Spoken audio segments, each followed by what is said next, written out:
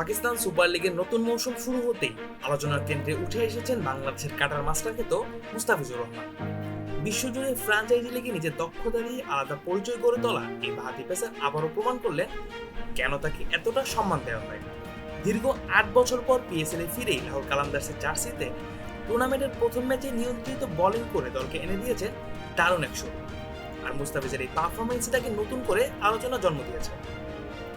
হায়দ্রাবাদ কিংসম্যানের বিপক্ষে চলমান পিএসএল এর প্রথম ম্যাচে মাত্র 4 ওভারে 19 রান খরচ করে 1 উইকেট নিয়েছেন বাংলাদেশের পেসার।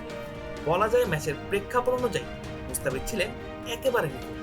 ব্যাটারদের উপর চাপ ধরে রাখা, সঠিক সময় লাইন বদলানো আর সেই চেনা কাটার সব মিলিয়ে প্রতিপক্ষকে কার্যত আটকেই ফেলেছিলেন তিনি, যার ফলাফল টুর্নামেন্টের প্রথম ম্যাচেই লাহোরের বড় জয়।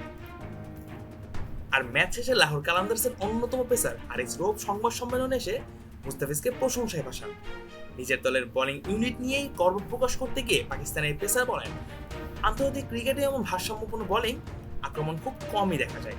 অন্যদিকে পেসার স্পিন দুই বিভাগেই শক্তিশালী লাইন আপে মুস্তাফিজের উপস্থিতি আলাদা মাত্রা যোগ করেছে বলেও মনে করেন তিনি। বাবা, এত এনার্জি কই পাও? এই পাওয়ার চুমুকে অ্যাকশন। পাকিস্তানের অভিজ্ঞ পেসারের কথা স্পষ্ট, মুস্তাফিজ শুধু একজন কার্যকর বোলারই নয়, বরং দলের জন্য একজন গেম চেঞ্জার। অভিজ্ঞতা এবং বিশ্বের বিভিন্ন লিগে খেলার অভ্যাস লাহোরের বোলিং আক্রমণকে আরও পরিণত করেছে। এছাড়া তিনি স্বীকার করেছেন নিজেও মুস্তাফিজের কাছ থেকে শেখার চেষ্টা করে যাচ্ছেন। মুস্তাফিজকে নিয়ে পিএসএল এর বর্তমান চ্যাম্পিয়ন লাহোর কালান্দার্সের অভিজ্ঞ পেসার হারিস রৌফ বলেন, বিশ্বের নানা প্রান্তে মুস্তাফিজ টি-20 লিগ খেলে থাকে, আবার সে বাংলাদেশেও অনেক ভালো পারফরমেন্সও করে আসছে। বলা যায় আমাদের বোলিং ইউনিটকে শক্তিশালী বানিয়েছে সে। আমারও চেষ্টা থাকবে তার কাছ থেকে কিছু শিখে নেওয়া।